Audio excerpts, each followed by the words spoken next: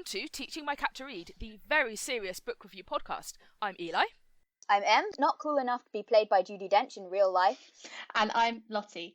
And this week we are discussing everything about Pride and Prejudice.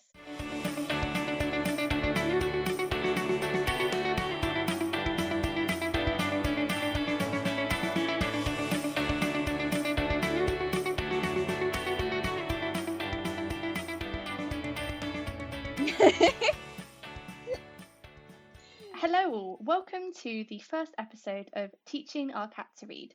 Greetings from our corner of the internet. Grab a cup of tea and join the discussion on all our socials. So your first question, dear listener, probably is, what is our podcast about? This week we're going to review, very seriously, the classic that is Pride and Prejudice, aka the one about the Bennett sisters. So Pride and Prejudice is a story about the mortifying ordeal of being known, the various benefits of negging in the Regency period, nice dresses, bonnets, very important, and bonnets, and how you should never marry soldiers. Yeah, that. Yeah, Brighton is dangerous. Emma and I actually watched the 2005 movie of this last night in preparation. Obviously, we both also read it. A long time ago now. And I don't know if either of you had to read this for school or not. It's not one that I had to read for school. Yeah. I was going to say, actually, do we want to start off with when we first encountered like this book? Whether like first adaptation or like when we first read it, or like hot take. Yeah. On the... I think the first time I read it, I must have been like 11 or 12, and I remember reading it before watching any of the adaptations. I just read the book, and because one of the things that struck out was when we obviously find out partway through that like Darcy's actually a nice person and Wickham isn't, and that just has stuck in my head of one of the key points. I was like, oh my god, this is like such a big plot twist. And it's probably my favorite of the stereotypical classics books. So when we had to read it at GCSE, it annoyed me when the teacher kept like in my eye like metaphorically ripping the book to shreds with themes that probably were not a theme in the book. I don't know if anyone encountered that. It's like a theme. Well, this is your chance to get revenge and talk about all the things that you think are themes in the book. How about you guys? Yeah, no, I was going to say, like, that was I had a similar experience of, I read it, like, not for school. I picked it up when I was, like, about the same age, I think, and just read it for fun, and was, very surprised at how, like, easy it was to read, because, they're old and difficult, and you do them for school, so they must be work, and I was, like, very shocked and pleased at how readable it was, and then, took it in GCSE, and had a terrible teacher who was like, okay, so to paint a picture, she was really keen on the romance of literature. Not capital R romance, like, gothic poet shit, but like, romance, chick lit romance. Except she would slag anyone off who was reading chick lit in the, like, quiet reading portion of the classroom. So, zero respect for this teacher. I'm getting some mixed messages there. Like, I loved the book. I hated the way the teacher portrayed the book. So very similar to Lottie. I think I saw my first encounter with this piece of work was the 2005 movie, which I love very, very dearly. And it was only recently that I actually saw the BBC adaptation, because Em made me watch it, for which I'm very thankful. So I saw the movie and really loved it, because the movie is just lush and beautiful, and I have a lot of affection for it. And then I read the book, and I just couldn't put it down. It's because it really is actually easy reading. Yeah. And one of the things that I love about this story is that it just does have a lot of heart. The characters feel quite real. You can see how much they actually, like the family, the Bennett sisters, care for each other, and their interactions feel very natural, which I think makes it a very easy story to get into, and to sort of feel empathy for the characters and be invested in it. Yeah. It was funny because I was trying to, just reread the start of it, and one of the things that jumped out of me was when I first read it, Mrs. Bennett, the mother, is seen as somewhat of an antagonist, because all she wants in life is to just to get her daughters married, and in a modern context that seems as a very like sort of simple thing to want your daughters to have, but obviously in this time that she was effectively very worried about her children's future and wanted to ensure that they had that financial security of marriage. So it was just kind of weird reading it like again older. you have a better appreciation for some of the things that the parents were worrying about in those situations. Whereas when I was younger, I was just like, oh, Elizabeth's got a great idea. She's just going to go in and just marry whoever she wants for love, and she wants someone who respects her. But realistically, in that time, kind of what Charlotte had to do was marry for a financial position. There's a line in the movie version which I think illustrates that particular aspect of Mrs. Bennet's character, where she says something like one of her daughters is sort of ragging on her for only caring about their marriage prospects, and she basically replies and says, well, when you have 5 daughters who will have nowhere to go after their father dies, you tell me what will occupy your thoughts. And it's quite a nice framing of that, where it's not frivolous, it's not just some sort of, you know, flight of fancy that she has. It's a real practical need to see her children provided for. Yeah, and I think that's an interesting, we've discussed this before, but like it's a really interesting difference between the movie adaptation and the TV adaptation, in that I don't think you ever really get, and I think this is probably true of the book as well, at least to a modern audience, but like you don't really get that sense of urgency in the book to the same extent, and then the TV show to the same extent. Nobody comes out and says, if you don't get married, we will be on the street. And if they do, it's in this very, like, it's Mrs. Bennett in an incredibly, like, theatrical sort of way that's played for laughs. And it's like, that kind of undermines the whole, like, Charlotte's choice a lot, I think. Which is something that we were talking about in terms of the difference in medium between adaptations, where the movie has such a short time to tell that story and get you invested in it and make you understand the motivations of the characters. It heightens all of that. You have people saying much more explicitly, I'm scared of the future because I'm financially insecure, which is Charlotte when she's telling Lizzie that she's agreed to marry Mr. Collins. Yeah. Whereas in the show and the book, there's a lot more time for those things to be explored more gently, and obviously to contemporary readers of the book, it wouldn't have needed to be said as much because it would have been the reality for a lot of the readers. Whereas we as a modern audience are disconnected a little. Yeah, and also it wouldn't necessarily have been something that they explicitly talked about themselves. You know, it would not necessarily be something that it was proper to show, like, actual emotion about. You had to be like, we're going to couch all this in very polite language so nobody can tell what we're really feeling about this situation. British stiff upper lip about it. Yeah, instead of kind of going all out there with the, like, we will be ruined forever. Ah. And I think it's one of the interesting things of, like, you know, the class system, in the fact that, you know, it's a very rigid structure and you want to move up, but there's this sort of disagreement between who has old money, who's born into money, and who has a job and earns money. And the uncle, he's an attorney, and people sort of look down on Mr. and Mrs. Gunner because he earns his own keep. Yet nowadays you'd say attorney's a really, really good job and earns good money. So it's quite an interesting position she's writing from. Yeah, and at the same time, like, Mr. Gardner is, like, the responsible adult figure, I would argue, in the book. So, like, you get lots of characters within it looking down on him, but at the same time, like, Mr. Bennett is the bad father, really, in the sense of he repeatedly says, you know, I should have put money by for you. I shouldn't have just pinned all my hopes on eventually having a son. This is my fault, you know, that we ended up in the financial straits that we're in. I wish I had set by an annual fund to bribe worthless young men to marry my daughters, but I confess I have not. You know, but he's the respectable landed gentry one. He doesn't work for a living in the same way that Mr. Gardner does. So yeah, it's an interesting. I tell you what, that's not something my teacher ever really brought up, and I feel like that is something I could have done with, like, somebody who actually knew what they were talking about, leading me through that.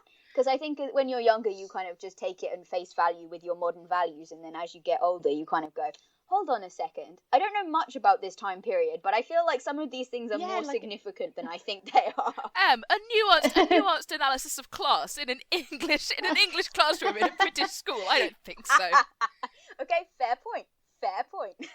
You were never given, like, a context for the book, and it was quite interesting just reading just on Wikipedia, and it's like it's called, like, a book of manners. It's one of the first book of manners, which is effectively, you know, a reflection of society, and it's a very, like, a niche class at the time, because it is obviously, you know, writing from a position of people who have inherited wealth, but it's quite an interesting discussion. But yeah, you're not given any context, which is quite nice, I think, Like, when you're you'd never know the Napoleonic Wars were going on exactly just from the book. And if nobody tells you, because that is one of the the major, not contemporary, but slightly later criticisms of Jane Austen, right? Is that she's writing these pretty little comedies of manners while outside the real world is waging war and blah. And yeah, if you just read Jane Austen, you would never know. But it is an important context because she's making a political choice to be like, actually, these things are important. I want to talk about these, and I get enough of, the war and its impact on our lives in my daily life. I'm making a conscious choice not to put that in my book. And I think it's quite interesting, the book is, because it sort of excludes that, the drama is in this sort of very small social circle. And 2 or 3 families in a country village, it's just saying, this happens to a lot of people you probably know, and these discussions are probably being had by a lot of young women at the time who saying, well, I wouldn't want to marry for money, but because you're saying I wouldn't want to marry for money, you're probably in a position of privilege and wealth anyway to be able to say that. Like you say with Charlotte, she doesn't have that privilege. Actually, another issue with the whole we don't get taught the context is how radical was it actually to say I only want to marry for love at that time? Was that actually a thing that anybody said, or was it reasonably common? How would people have been receiving that? Would they be like, oh yeah, that's a good point actually, or would it have been something that they'd heard before? Well, it depends what class of society you are in, because if you're somebody who will always be working to earn their keep, you can marry for love because you can self-support to a certain degree, right? And then you have people who would be women who would be expected not to work, and then they had to make that difficult decision of, do I, this choice of who to marry is also a choice of what lifestyle I'm going to be able to have. I think it's probably a case of the further up you go in society, the more constrained you are in those circumstances, because at a certain point you're not marrying for money because you have so much of your own, but it might be an arranged marriage, it might be, something that you can't marry outside of your own social class, so you're very constrained, so you end up marrying your first cousin or whatever. Although I don't know, because I mean, talking about sort of, maybe having more freedom if you were to marry for love if you were lower class, I think it might affect your choice, but the marriage would be almost as constraining in by law, in terms of, because you wouldn't be allowed your own property, and you wouldn't, everything that you earned would be legally belong to your husband. So that's why being a spinster didn't used to be an insult per se. It was you're somebody who can dictate her own life because you have your own income. You spin wool for a living, or thread, and only in sort of in a more modern terms it becomes somebody who never got married when she was young, and her she's all washed up now, and obviously that's tragic because the only thing that women can ever care for is to be romantically linked to someone else, right? Quote unquote sarcasm quotes there. But that's what was the I remember reading somebody talking about the idea that most of us are Charlotte Lucas now, but we just have more choices because we don't have to marry. So and you don't, if you're Charlotte Lucas and you're 27 and you're not dating anyone, blah blah blah blah blah blah blah. You buy a cat and you have a fulfilling job, and then teach the cat to read. It's something that comes up with modern adaptations. What is the equivalent of Charlotte selling out in a modern adaptation? Well, I was just thinking on the job front, how much of an equivalence is there between choosing your husband then and choosing a career now, or a job? Particularly from an ethical perspective. Do you follow your heart? Do you follow your passions? Do I run off and join the circus, or go off and become a professional musician, or do I stick with software that I kind of hate but it pays the bills? Yeah. What do you do in that sense? Yeah. So I mean, we do make those trade-offs all the time, because in a world that necessitates having money to be allowed to live. Yeah, it's still about financial security, but your primary method of achieving that is different. Yeah. Yeah, whether it's you marry someone or you earn your own keep. But what I don't know what you guys think. I was thinking the comparison between the 3 Bennett sisters who do get married, Jane, Elizabeth, and Lydia. Jane's marriage is such a sort of fairy tale romance, and Whereas Elizabeth's a bit more pragmatic, saying, well, I want someone who respects me and I want to love them, but I don't want to be sort of in this fairy tale scenario. And then Lydia's just this 16-year-old, effectively, when you think about it, is she's only 16. Yeah, it's the dark side of the fairy tale. And it's just and it's so bizarre when you think about it in a modern context. Like, she's 16. Yeah, that's another thing. I tell you what, I was thinking about this earlier when we were talking about things that hit different from when you first read it to when you read it like now as an adult. And like when I was younger, the whole Lydia being 16 thing did not like register for me as remarkable at all. And then when I was rewatching the BBC production with Eli, I was like, she's a child. Yeah. She's 16. She's a baby. Who allowed this to happen? I want to fight them. And I think that makes it more stark that Mr. Bennett has been a bad father to her. He has failed her. Yeah, and kind of like he sort of pinned all his hopes. His favourite is Elizabeth because she reads and because she is sort of intellectually... She's a sarcastic little she's intellectually, like, is similar to him. Whereas Mrs. Bennett loves Kitty and Lydia because they have a similar personality, yet actually at the end of the book, what's quite nice is when they say, because Kitty hasn't got the exposure to Lydia anymore, and she's exposed to her sister's marriages, her older sister's marriages, and is like upper class society. Oh yeah, she gets modelled happy relationships. She learns what she learns. She's got good relationships to model for. Yeah, that's exactly what it says. Because I do think, despite Jane and Bingley being sort of somewhat of a fairy tale, we don't see a lot of depth to their relationship. I do think it would end up being healthy. There's this moment where the elder Bennett couple, the mum and dad, are saying, you know, their servants will rip them off, they'll be paying them too much, they'll always overspend their budget. They're too nice. Because they're both just nice people who will treat each other kindly and who genuinely care for each other and respect each other, which I think is...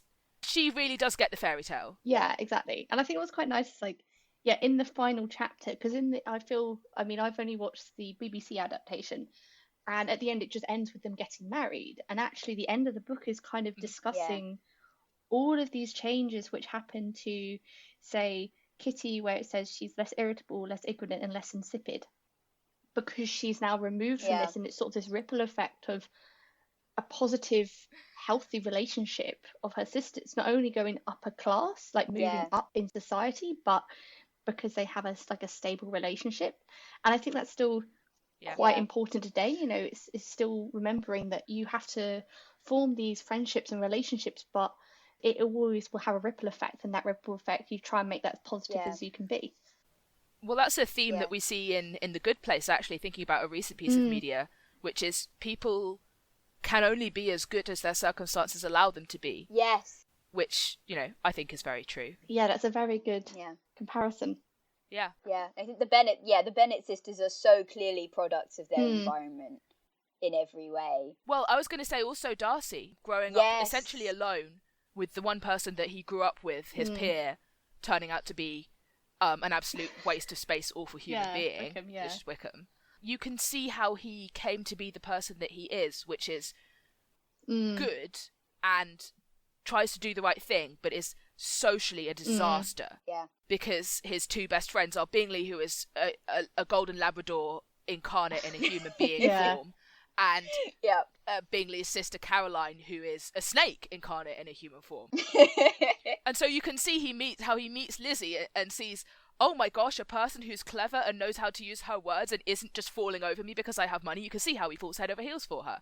Yeah, but in that first proposal, like, I remember when I first watched it and I first read it, and it's so awkward, it's cringy to when you watch the adaptation, because you're sitting there going, you are literally giving her so many backhanded compliments, like there are red flags all over the place. It's negging all over the place, and he's not even doing it on purpose. And she's just having to sit there calmly, because she can't just say, please stop, please, just no, please. But like, the film version is so good of that scene. It's so just over the top, tense, dramatic, and they almost kiss even after they've finished fighting, and it's just, it's so good. But I think I was going to say that's what's quite nice about the adaptations is it provides like a different looking glass through to this medium, and so it just opens it up to a whole new audience. Like, if people say, oh, is the book or the adaptation better? I mean, I'm a fan of 1993 Colin Firth version forever, but it's important to recognize, if this is somebody's first exposure to these books and these stories, like, yeah, they are still very, very important. Like you say, it's nice when you watch like a scene in the book translated into the film, and it's still got those that the same energy and the same cringiness and the same awkwardness. Like, yes, it's nailed that. I will say there is an answer to is the show or the book or the movie better, and that answer is yes. Yeah, it depends what you're trying to achieve, doesn't it? And like I was going to say, what this is reminding me of, one of the things that I really like about Shakespeare is that you see different performances. You can entirely change the meaning of whole plot lines just by how you present them to the audience. Like, I think a big example of this, and we're going back to Charlotte because we love Charlotte Lucas in this house.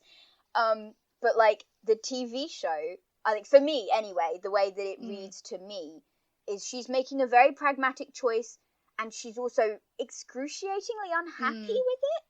At least by the time we see her married, like the whole conversation where she's saying, "Oh, we never see each other. It's great. I've got entire charge of this house, and I can manipulate him so that I never have to like engage with him."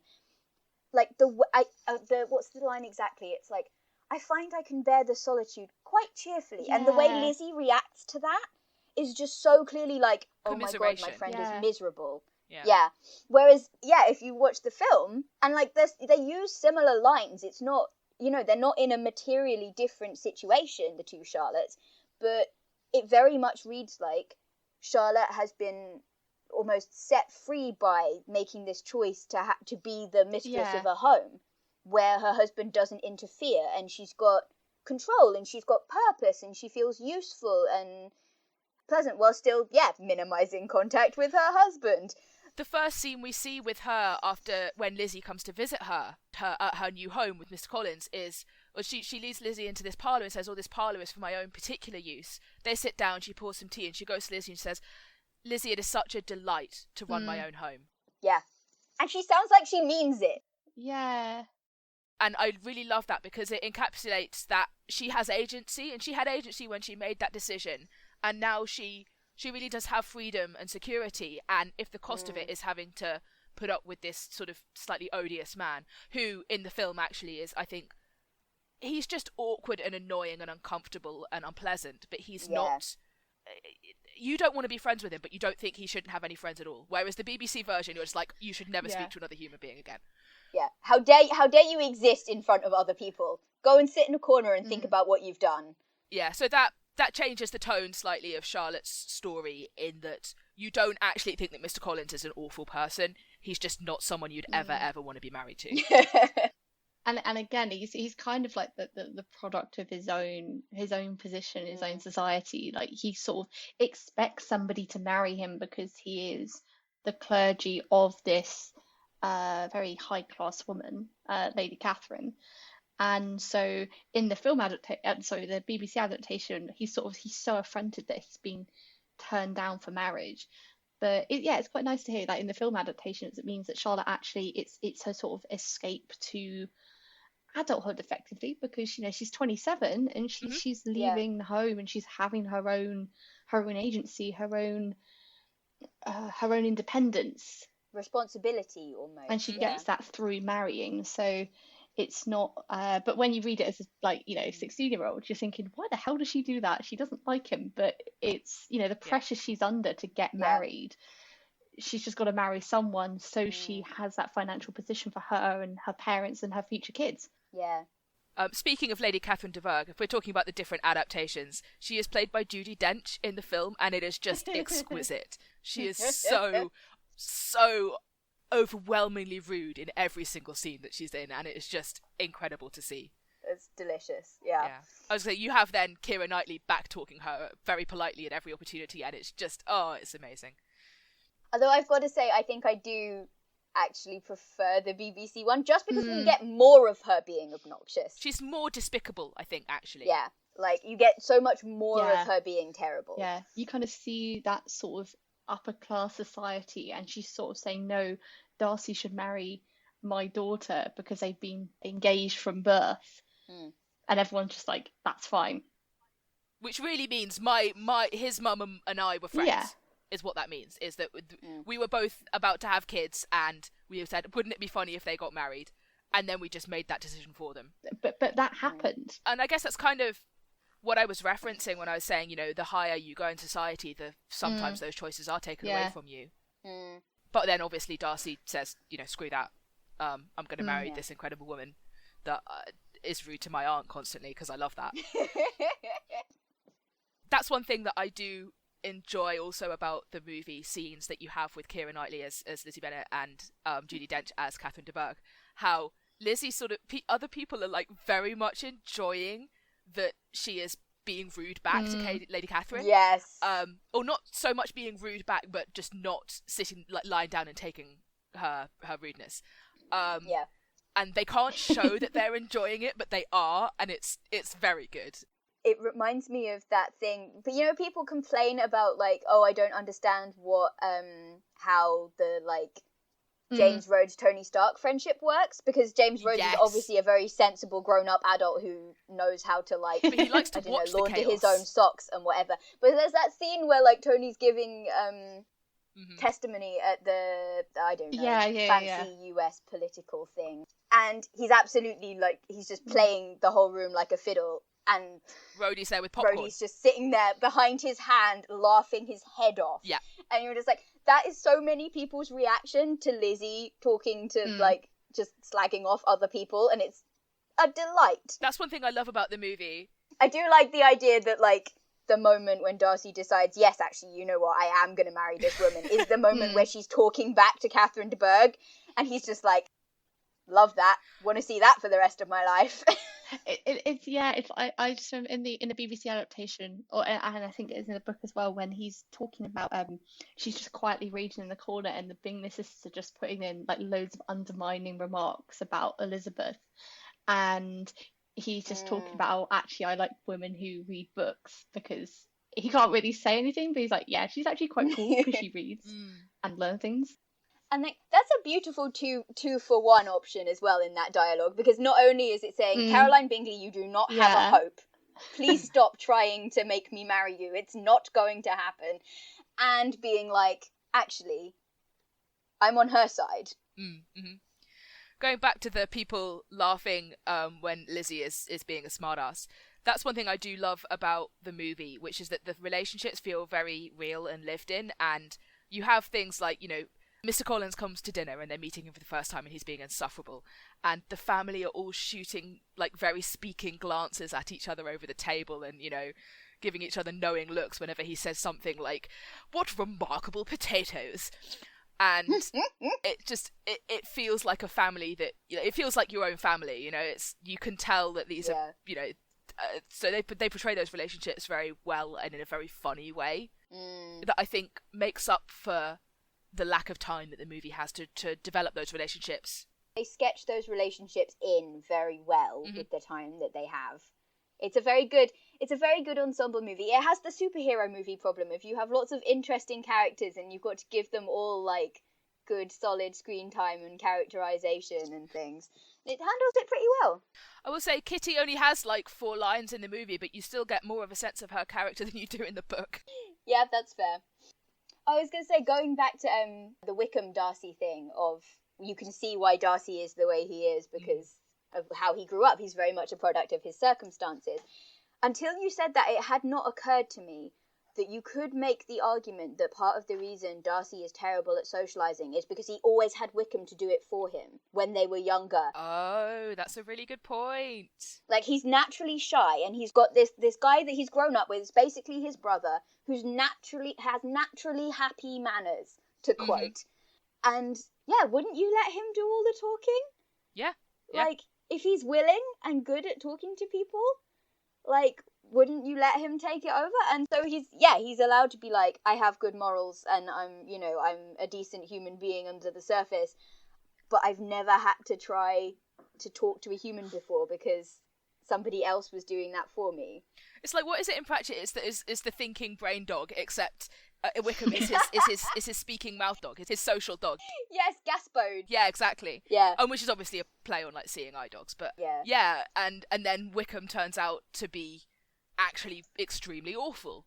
Yeah. And so, I wonder how much that affects Darcy as a person, because that, obviously it's a massive betrayal. What happens?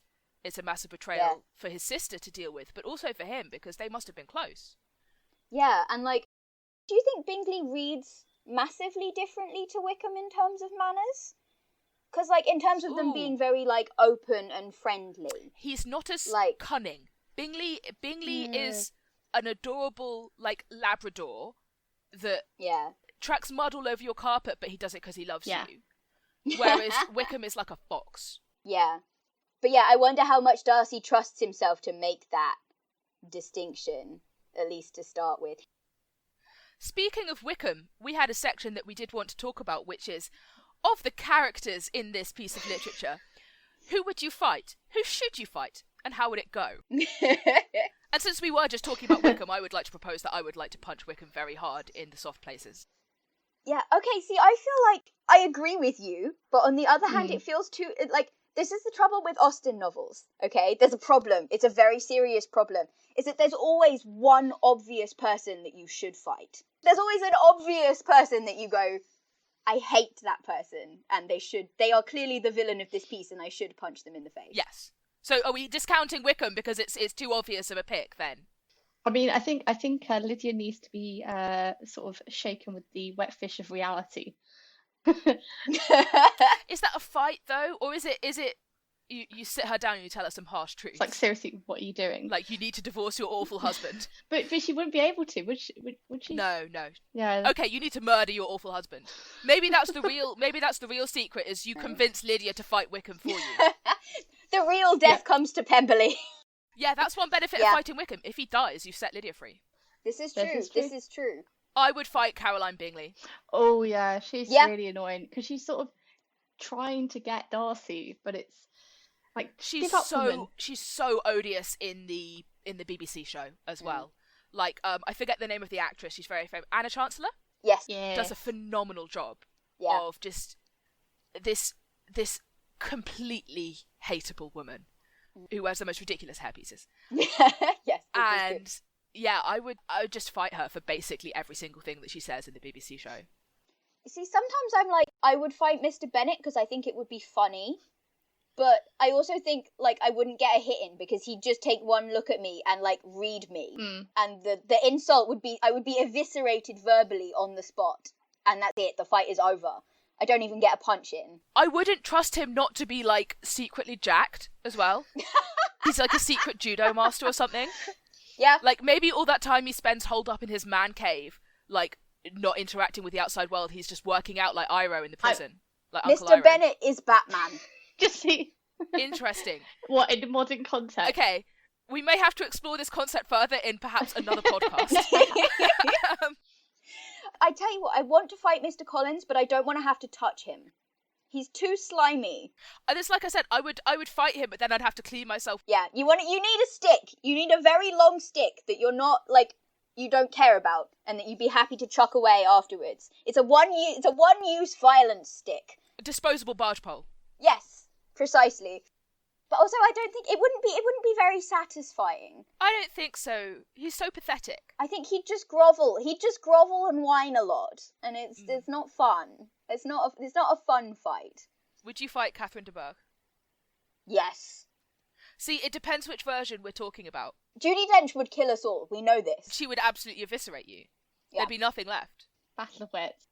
Although, I tell you what, at least that way, I think she would fight back. I think Judi Dench, Catherine de Bourgh would just, if you punched her, she would punch you back. Yeah, she'd cold cock me. I think the BBC adaptation one would just look super offended and then get you arrested, if the police exist in the early 1800s. We never see them in Pride and Prejudice. The police, like, aren't a thing. You've got the soldiers. Yeah, shouldn't it be their job to get Wickham? Yeah. But I guess I don't know how much crime there is in upper class Regency England.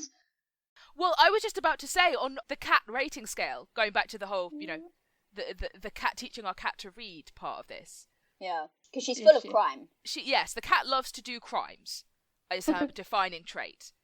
And there's no crime explicitly mentioned in Pride and Prejudice, but there's also no police. So does that mean it's carte blanche on doing crimes? If we let Gothmog loose in Longbourn, I mean, what would she get up to? It's a lovely day in Longbourn and you are a horrible little cat. Yep. probably eat somebody's embroidery, let's be honest. Oh, absolutely. You have not seen her near my crochet. She goes absolutely ham. So of her review of the book, what do you think she would give it? Well, there's not enough crime for her. We're going to put that out there. There are a lot of ribbons. There are a lot of ribbons to chase, and I think she'd be into that. There are a lot of ribbons. There's a lot of, like, sarcasm as well. Which characters do you feel like are cat people? Ooh. Darcy. I want to say, actually, Catherine de Bourgh strikes me as a cat lady. Yeah. Caroline Bingley, too, actually. Although, now are we stereotyping? Is it just miserable rich women who are cat people in this universe? I'm imagining Lady Catherine de Bourgh, but, like, with the Dr. No fluffy cat. You know, yes. she's got one of those horrible Persians that have got a face that's, they're so brachycephalic that they don't even have a face. They just have, like, eyes. Yeah, I can see that. Yeah. I think that's an excellent comparison. But, like, I don't know, is Darcy secretly a dog person? Because otherwise, why is he friends with Bingley? It's true. Well, that's the characterization that you see all the time with, like, Darcy is a cat and Lizzie is another cat and Bingley is a dog, and he's like, oh, I've got two cat friends, they should be friends together, and Lizzie and Darcy look at each other like, okay, fine. Excuse me. And they take some time to get to learn each other. I like two people who like cats, they're now married. Done. Yeah, going back to the they take some time to learn each other. That's the mortifying ordeal of being known part of this book, which is that you know, of the central relationship, it really is built off them making each other into better people and then wanting to become better people to deserve each other. Like coming to know themselves through each other. Like I think that's literally a line from the book, is that when Elizabeth is talking about her reaction to finding out, like, the truth about Wickham from Darcy, but also the truth about, you know, what he did to Jingley, to Jane and Bingley. That's a horrible ship name, and it's cursed. A cursed and horrible ship name. Anyway, what he did to Jane and Bingley, and she says, it's specifically the fact that she was wrong about Wickham. And she says, until that moment, I never knew myself. And I think that's kind of the crux of it, is that through each other, they come to know themselves better and know what they want or need to change. Well, it's in the title, isn't it? He's Pride and she's Prejudice, and that's the moment when she realises that she has been wrong because of her prejudice. Yeah. Which is what you like in a title, a nice descriptive title. Although it's prejudice, it's not prejudice in the sense that we think of it, is it? Because it's... No, but that she formed an opinion very quickly and then only accepted that worldview, learning new things that would support it, and rejected out of hand evidence that contradicted it. Twisting facts to suit theories instead of theories to suit facts. Exactly, yeah. That kind of prejudice. Bias. Yeah. I mean, that's why I guess that you could argue that that's why it was originally called First Impressions, right? Because it's the prejudice of, I believe my first impressions are correct always and I never go back on them. Which, again, is actually something that she shares with Darcy. It's a very similar thing to my good opinion once lost is lost forever.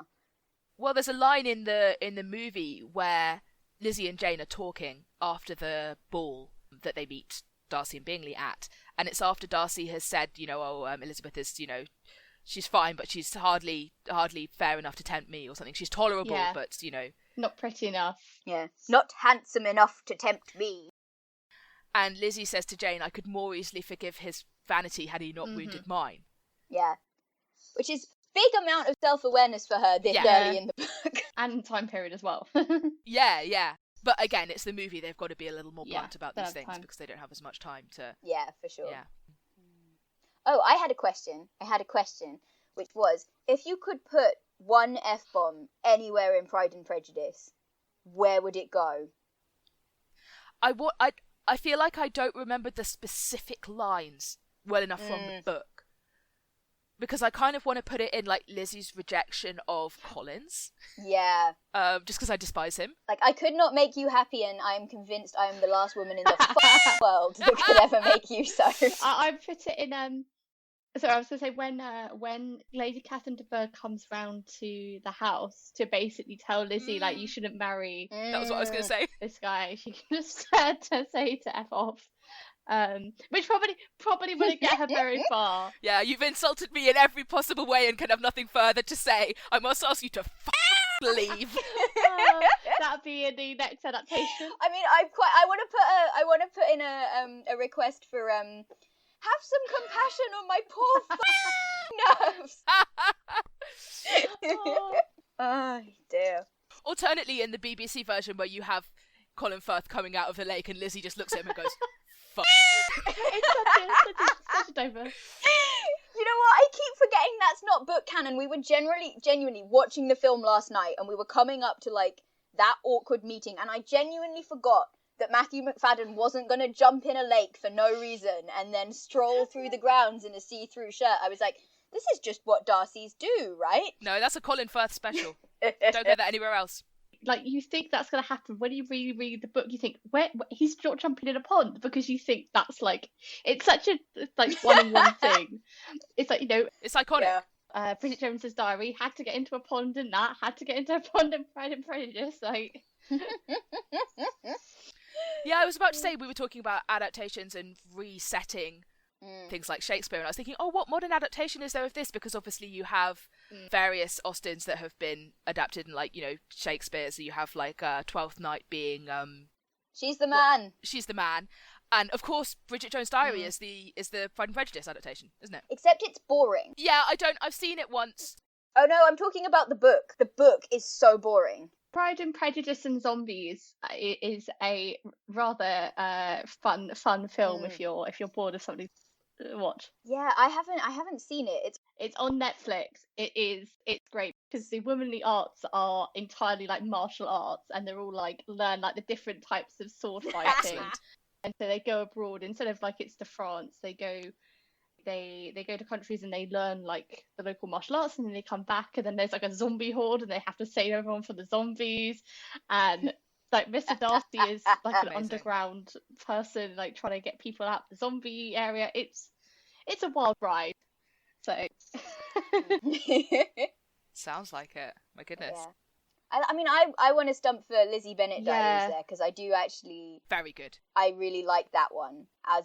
We've translated this into the modern era. I think that works very well. Yeah, I remember that. That was really, really good.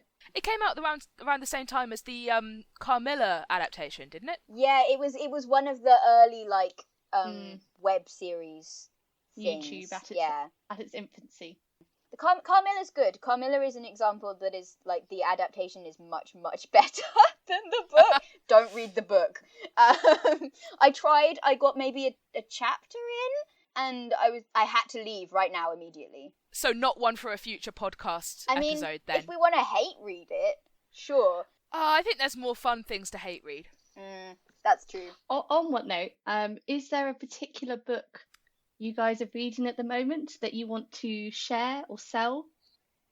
Not sell. Yeah, we're selling this to our enormous audience that we've just established. Like sell it to you guys. Advertise. I've reread recently, for about the fifth time or something, World War Z, which is really good. I don't think it's one that we're going to review on this podcast. I can't do horror. But it's for those who are unaware, it's not the movie called World War Z is not really an adaptation of this book. It's in name only. The book itself is a fictional history of the zombie war, which I think context clues put it in about it being set in about 2008 or so, but a sort of slightly divergent history even before that point. And it's about, you know, how the world copes with that, what that does to politics, what that does to international relations and humanity as a whole. And it's one of the best pieces, in my opinion, of zombie fiction out there. It's sort of up there with, Night of the Living Dead as being something which defines the genre for me. Yeah. And I just fully recommend it to anyone who has any interest in sort of zombie and horror fiction. It is a little gory in places, it is really sad in places, but it's well worth the read for me. So incapable of reading horror. So that's one of the reasons why we wouldn't do it on this podcast. Yeah, it's like, it sucks because I love the concept. It's when I'm really into genre stuff. I love the whole, we have this like clearly like defined set of rules that everybody kind of instinctually knows these are how the genre works, and like how you can use that to like comment on the real world. And horror's so useful for that. Like mechanically, I'm so interested, but I'm also a fraidy cat. I tried to read, what was it? I think it was I can't pronounce this. Sheridan Le Fanu? Yes, that one. But yeah, it's like, it was this psychological horror thing of like, there's a guy who drinks this weird tea. So it's vaguely Orientalist, probably, so like, don't touch that. Drinks some weird tea, and then suddenly he sees this small black monkey out of the corner of his eye wherever he goes. And this sounds really silly when I'm explaining it to you, but I finished it, and I was convinced that I was seeing the monkey, and I was like, you know what, maybe horror is not a genre that I should be reading. Yeah, that was not recently, so that probably doesn't count for this segment. I'm trying to think now. If I read anything that's not Untamed fan fiction. Lottie, you read anything interesting recently you want to share with the class? So, yeah, I'm currently re-listening to, on audiobook, I'm listening to Hitchhiker's Guide to the Galaxy, mainly because I absolutely love the metaphors, like the ship hunt in the sky in the same way bricks don't. And just, it's just so much of it is just, and it's read by Stephen Fry, which just makes it even better because they knew each other at university. So it's a very, very wholesome read. And then on the other side, I recently read a book which quite a lot of people at the time of this recording talk about, which is a book called Why I'm No Longer Talking to White People About Race. And I thought, as someone who is white, to try and educate myself. And it's a really, really good, informative book. I really recommend, if you're putting the work in, to try and understand and dismantle privilege. It's definitely a good book to read amongst like the myriad of other books that I'm slowly going to start working my way through over the next couple of weeks. And I've also downloaded A Room of One's Own by Virginia Woolf, because I've never read it, and I thought probably should start reading it at some point. So yeah. The closest I've come to reading any Virginia Woolf is like every now and again Tumblr will put some of her letters to Vita Sackville West out, and I'll be like, lesbian. Throw over your man. Throw over your man, I say. I was going to say, speaking of other books, next week we will be reviewing / talking about / deciding who to fight from Anansi Boys by Neil Gaiman. I want to fight Anansi. I'm calling it now. Good luck. I've never read the book, so I'm really looking forward to like rereading this on like a first like complete fresh read. I'll be reading it for the first time over this coming week, so got that to look forward to. Yeah. We didn't give Gothmog's rating officially, did we? Yes, no, we need to find her, and we need to hunt her down from wherever she is on the cat tree and get her honest opinion about Pride and Prejudice. I think she would give this. I think her rating would be like a 4 out of 10, because much as we all love it, it's not got a lot of crime in it, and that's what's really important to her. Like, I think the ribbons have the potential to bump it up. There's a lot of ribbons for her to chase. This is very important. But I do agree, there is a distinct lack of crime and also cats. Yes. So more cats, more crime, more ribbons. That's how it works in our household, at least. But yeah, thank you all for listening. Please like, subscribe, review, add us on all the socials. We have a Twitter, we're on Instagram, we have a WordPress website. It's all going on. So yeah, say hello. Oh, and a Tumblr, yes. Well reminded.